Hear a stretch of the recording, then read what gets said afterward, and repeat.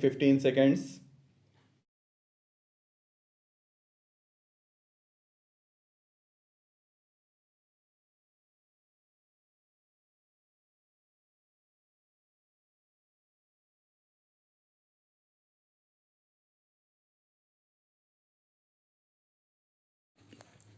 Mr. Chairman, Sir, I am extremely grateful to you for having given me an opportunity to take part in this debate. First and foremost, I would like to thank the honorable members for their very impressive homework and the deep interest they have taken in this subject of national interest, which is so very important for our survival and for our economic development. As many members have pointed out that the national security or the question of defense is not only in the realm of soldiers, sailors, and airmen, but in this modern security environment, the entire country has to be geared to face any eventuality.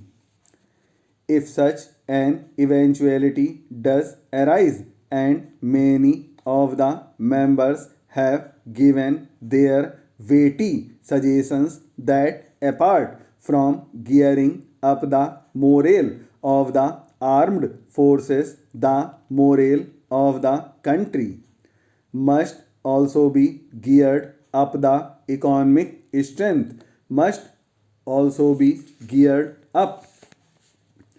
Our late Prime Minister had, in this regard, said that the strength of the country is not only the strength of the armed forces but also the economic strength of the country, the industrial capacity, and the indomitable spirit of the country.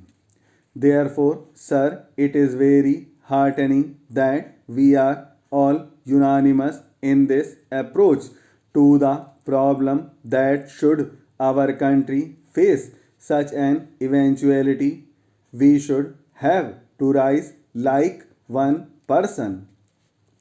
Sir, as is the procedure and the practice, the debate was initiated by an honorable member from the opposition, and knowing my friend who is a very intelligent lawyer, he has very intelligently gone into the question of defense planning, perspective planning, and has also gone into the aspect of planning within the ministry concerning all sections, and has brought in a host of subjects, both geopolitical, geostrategic, as well as the defense supplies.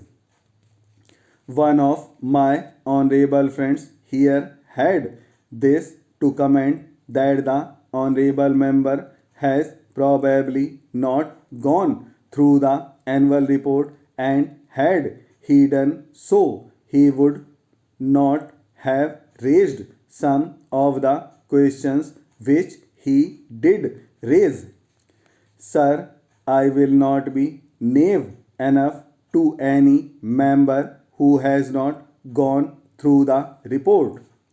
He has very much gone through the report.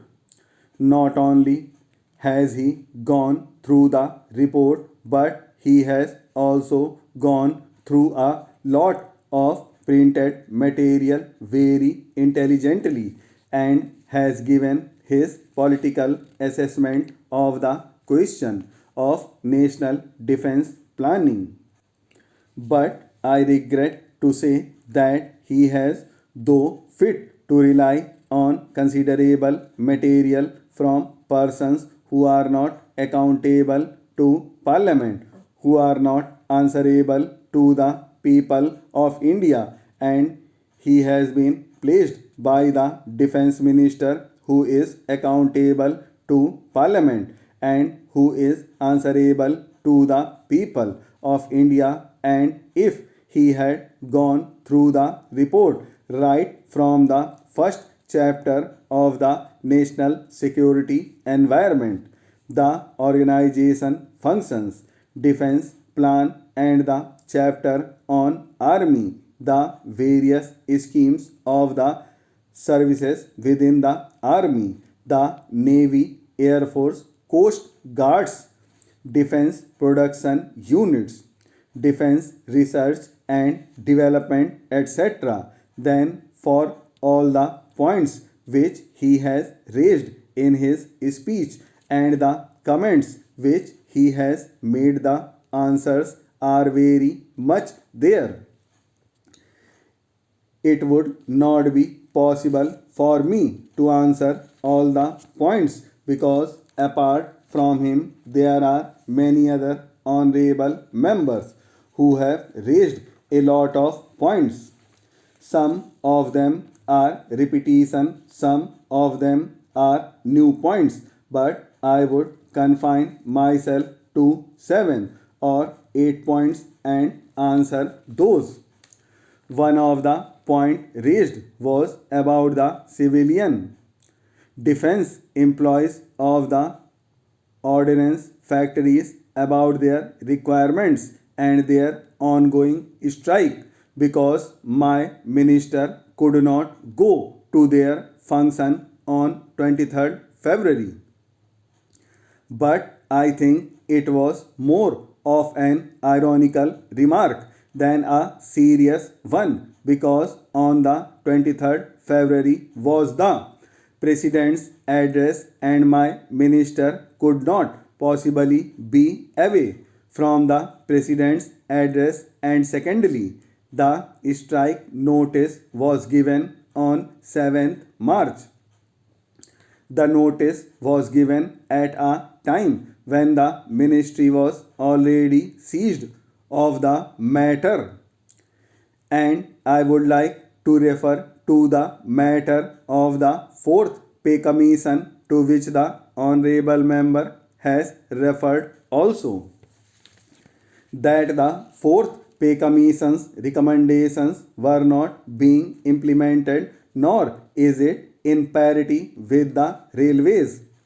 That fact is that the fourth pay commission had recommended 5 scales of pay in which the industrial workers should be fitted in after getting their jobs evaluated by an expert classification committee. The Ministry of Defense had accordingly appointed an expert classification committee who, on the basis of the point rating system, determined the point score for various jobs. However, they recommended the placing of industrial workers in 9 scales of pay.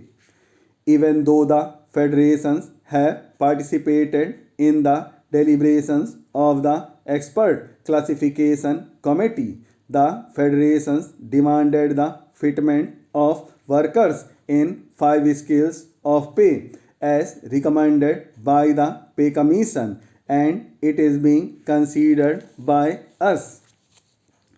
Sir, this entire discussion has been initiated by the finance minister. He feels somewhat optimistic about the economic situation. I confess that this is the one point on which I must disagree. The situation today is something that causes much concern. There is rising unemployment. The prices are also rising. Finance Minister feels that there is justification for viewing the situation hopefully because he thinks that the infrastructures are performing very well. I do not understand on what basis he has come to this conclusion. He says that the power generation is more satisfactory than last year. But should he be satisfied with power generation of 51% 100%. Should the efficiency not be very much greater? There is no reason why the power stations should not be operating more efficiently and useless. You insist upon it. You cannot obtain a requisite degree of improvement in efficiency. But in any case, to be complacent and say that the infrastructure is performing well is very strange.